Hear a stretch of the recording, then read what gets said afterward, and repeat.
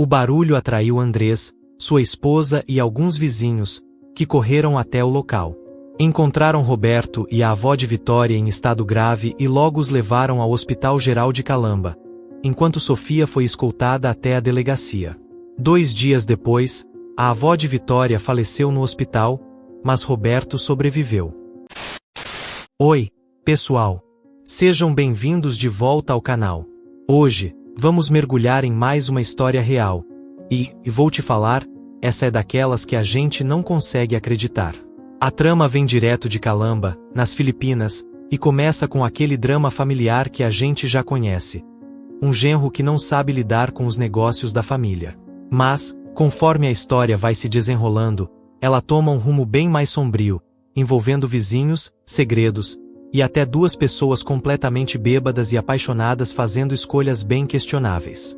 Ficou curioso para saber o que rolou de verdade por trás dessa confusão toda? Então vem com a gente, vamos desvendar esse mistério.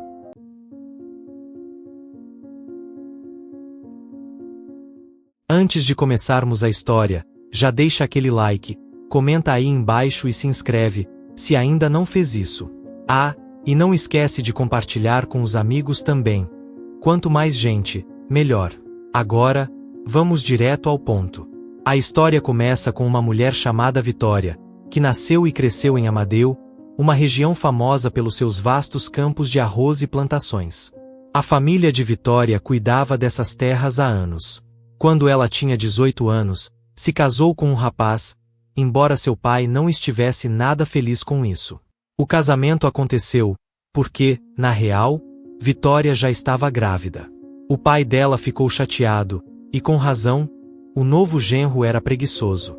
Ele não queria trabalhar de jeito nenhum, e a vida dele se baseava no dinheiro que os pais de Vitória mandavam todo mês. Mesmo quando o pai dela pedia para ele ajudar na fazenda, ele sempre arranjava uma desculpa. Depois que Vitória teve a filha, Angélica, o marido simplesmente desapareceu. Ele sumiu, sem dar sinal de vida, e nunca mais foi encontrado. Então, Vitória se viu sozinha, criando a filha sem a ajuda de ninguém. Com o tempo, Vitória herdou as terras e a fortuna dos pais. Ela era excelente em administrar as fazendas, e com a ajuda de alguns empregados, tudo funcionava bem. Já Angélica, por outro lado, não estava muito interessada em aprender os negócios da família. Ela preferia sair com as amigas ou passear por aí, ao invés de se envolver com o trabalho. Mesmo quando Vitória sugeriu que ela fosse para a faculdade, Angélica recusou. Ela dizia que era preguiçosa demais para estudar e que, no fim das contas, provavelmente seria apenas uma dona de casa mesmo. Era difícil convencê-la. Angélica parecia estar tranquila com essa ideia. Então, em 2014, Angélica chegou até Vitória com um pedido. Queria se casar com o namorado dela, Andrés, que era 4 anos mais velho. Vitória não ficou muito feliz com a ideia, mas acabou dando sua bênção. O problema era que Andrés estava desempregado e não tinha nenhum dinheiro para o casamento. A família dele também não estava em uma boa situação financeira. Mesmo assim, Angélica convenceu a mãe a pagar tudo. Depois de algumas conversas, o casamento aconteceu em abril de 2014, quando Angélica tinha 26 anos e Andrés, 30. Como Andrés estava sem emprego, Vitória ofereceu a ele a oportunidade de gerenciar a plantação de milho. Ele até aceitou no começo, mas logo começou a reclamar. Não gostava de ser cobrado pelos sogros e não estava se esforçando o suficiente. Ele aparecia na plantação por 1 hora e o resto do dia ficava dirigindo pela cidade na caminhonete da fazenda. Às vezes, ele até recebia dinheiro para comprar fertilizantes, mas gastava tudo com bebida. Eventualmente, Andrés disse que não queria mais trabalhar na fazenda e que queria se mudar para Calamba, porque achava que lá teria mais oportunidades. Então, depois que o filho nasceu, Angélica e Andrés se mudaram para Calamba em maio de 2015. Só que, 3 meses depois, o dinheiro que Vitória tinha mandado para eles acabou. Eles gastaram tudo com aluguel e Andrés ainda estava desempregado, sem conseguir sustentar a família. Vitória pediu para que voltassem para Amadeu, mas Andrés se recusou. Em novembro de 2015, Andrés teve uma ideia brilhante. Ele convenceu Angélica a pedir dinheiro emprestado à mãe dela para abrir uma oficina de conserto de carros. Ele dizia que tinha as habilidades necessárias e que era algo que realmente queria fazer. Depois de muito insistir, Vitória concordou em emprestar o dinheiro. Eles usaram o valor para alugar um espaço, comprar equipamentos e arrumar tudo. Com a ajuda de 2 funcionários, Andrés abriu sua oficina na Calamba City Road. O problema é que Andrés não sabia nada sobre administrar um negócio.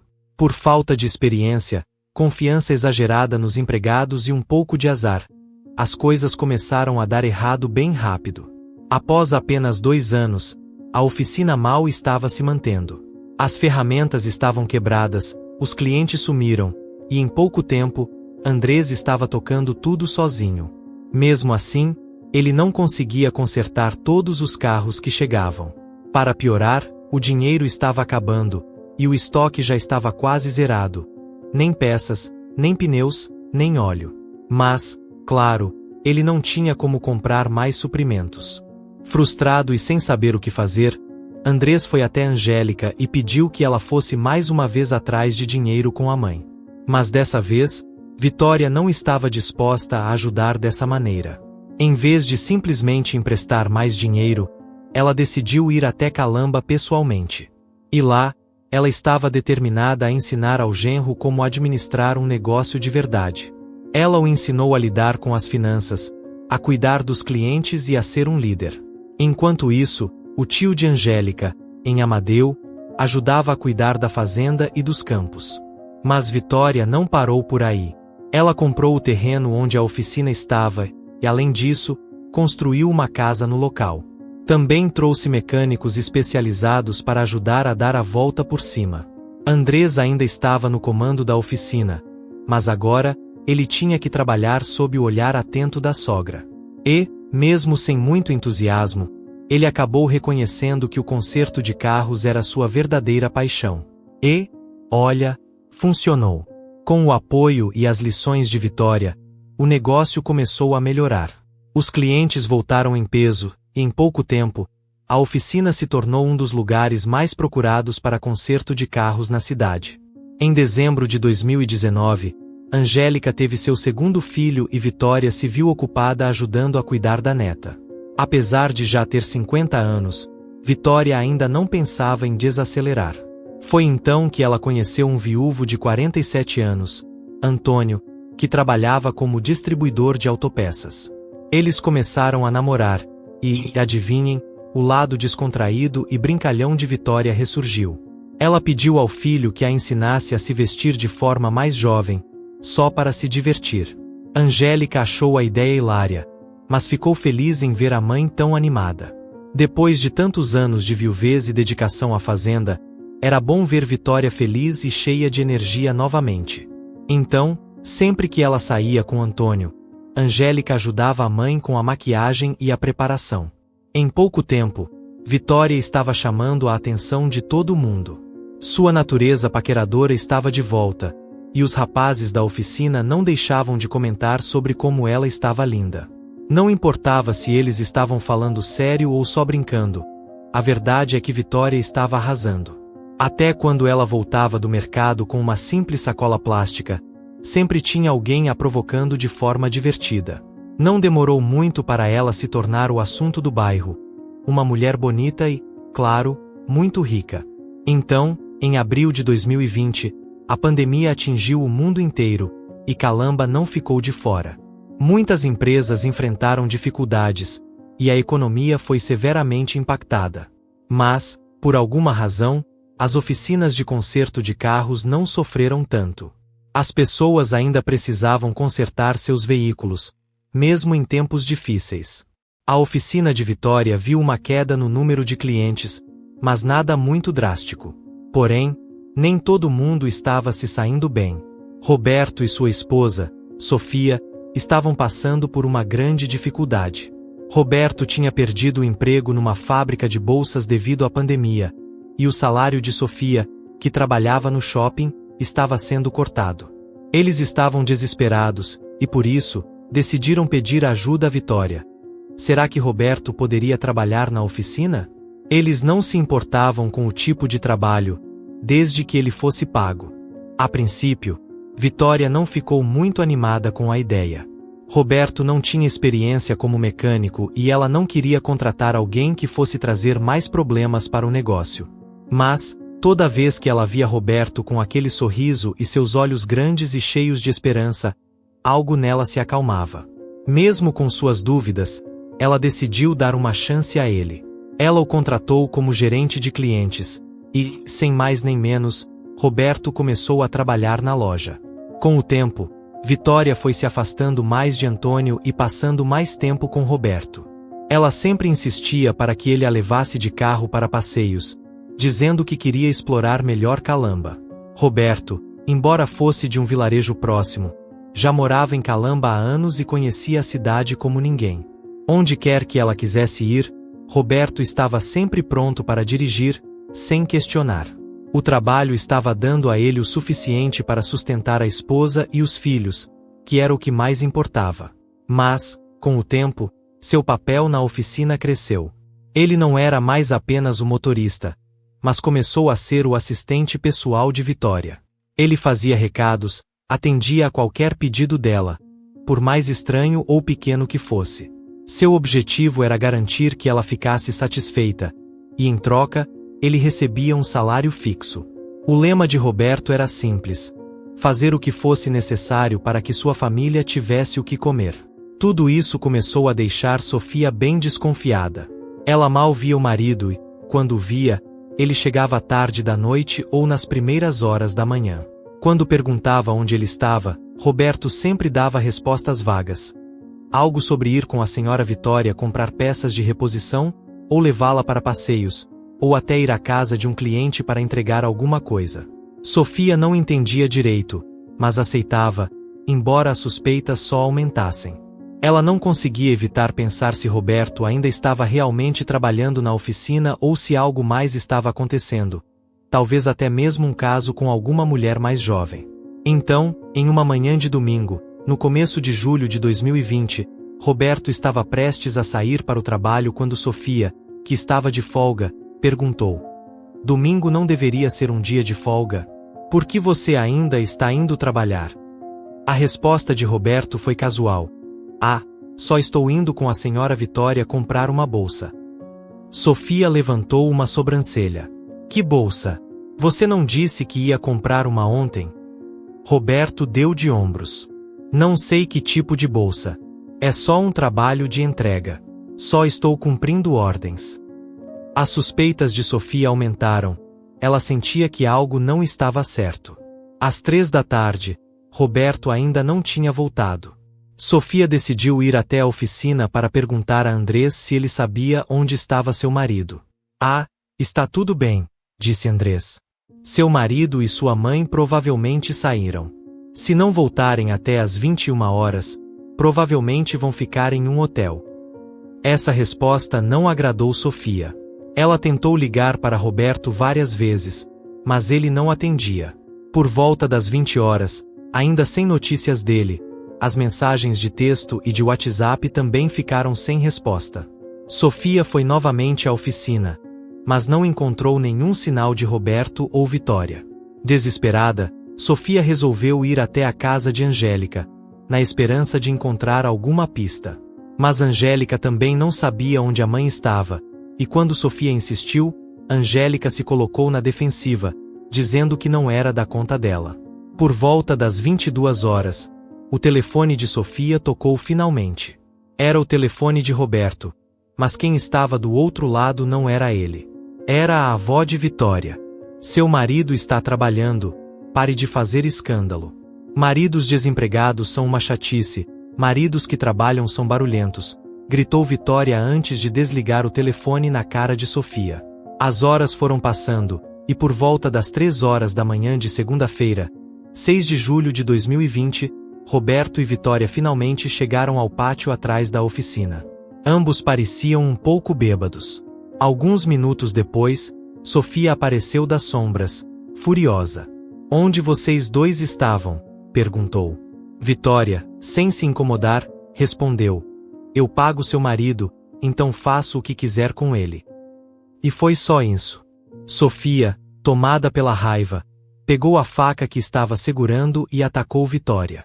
Roberto tentou impedir, mas acabou se machucando no processo. O barulho atraiu Andrés, sua esposa e alguns vizinhos, que correram até o local. Encontraram Roberto e a avó de Vitória em estado grave e logo os levaram ao Hospital Geral de Calamba, enquanto Sofia foi escoltada até a delegacia.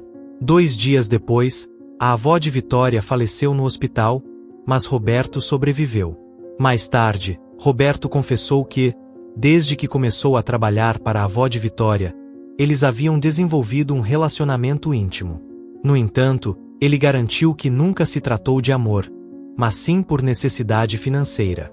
A verdade é que ele não queria abandonar sua esposa. A pandemia havia dificultado tudo, e o salário de Sofia havia caído pela metade devido à crise econômica.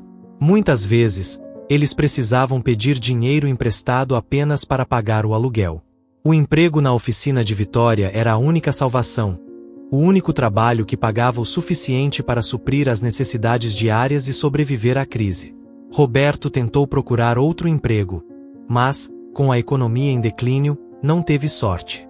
Ele pediu desculpas à esposa e à família pela forma como tudo aconteceu, especialmente por ter se tornado um espetáculo público que fez parecer que ele tinha traído todos por dinheiro. Sofia ficou em silêncio depois de ser presa, só querendo poder abraçar o filho de novo. Ela sabia que a raiva e os ciúmes haviam tomado conta dela. A verdade veio à tona. O marido dela não estava na oficina como ela imaginava, ele estava o tempo todo a serviço da avó de Vitória. O advogado de Sofia, Manuel, argumentou que tudo o que aconteceu naquela noite foi resultado de uma avalanche de emoções. Ele colocou a culpa em Vitória, dizendo que foi ela quem roubou o marido de Sofia bem debaixo do seu nariz. Para ele, Vitória agiu com uma confiança e arrogância enormes, achando que, ao contratar Roberto, poderia tomar o que quisesse, como se fosse um direito, mesmo que isso não fosse justo. Sofia também culpava Angélica e Andrés por não terem falado nada. Eles sabiam o que estava acontecendo, mas preferiram esconder. Quando foram questionados, negaram saber de algo e disseram que não tinham ideia de onde estavam Vitória e Roberto o tempo todo. A situação de Sofia era complicada. Ela sabia que as consequências seriam graves, especialmente depois que o promotor usou a faca que ela trouxe como prova de que o ataque foi planejado. Não dava para negar. Ela se sentia derrotada, mas quando Manuel sugeriu que Roberto também poderia ser acusado de má conduta, Sofia recusou. Não era por pena dele, mas porque ela não queria que o filho ficasse sem ninguém para cuidar dele. Mesmo com os próprios pais por perto, ela achava que Roberto era a pessoa mais próxima da criança e que ele seria o melhor pai para ela. O julgamento foi adiado por meses por causa da pandemia, mas finalmente, no dia 18 de março de 2021, aconteceu no Tribunal Superior de Calamba. O juiz declarou Sofia culpada de assassinato em primeiro grau, já que ela havia planejado e levado a cabo o crime com a intenção de matar a avó de Vitória. Ela foi condenada à prisão perpétua, com a possibilidade de liberdade condicional após 20 anos. A decisão gerou protestos da princesa Angélica e da família de Amadeu, que acharam a sentença muito branda.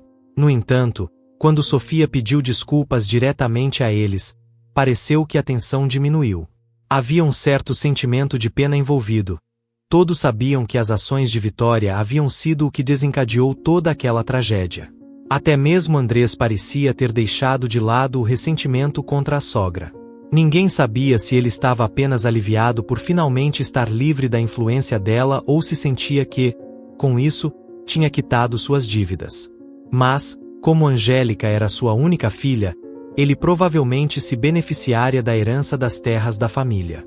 No começo de fevereiro de 2022, uma notícia chocou a cidade de Calamba. Roberto, depois de deixar o filho com os sogros, disse a Sofia que iria para Manila em busca de trabalho. Mas, 2 meses depois, ele apareceu na prisão para falar com Sofia e anunciou que queria se separar. Sua justificativa? Ele não aguentava mais viver sozinho. Achou que seria melhor ficar solteiro, longe de todos, até mesmo dos filhos, para poder ter um tempo para refletir e colocar as coisas em ordem. Em março de 2022, com o coração pesado, Sofia concordou, embora relutante, com a separação e assinou os papéis. Apenas uma semana depois, seus pais descobriram que Roberto já havia se casado novamente com uma mulher em Manila. Que lições podemos aprender com essa história?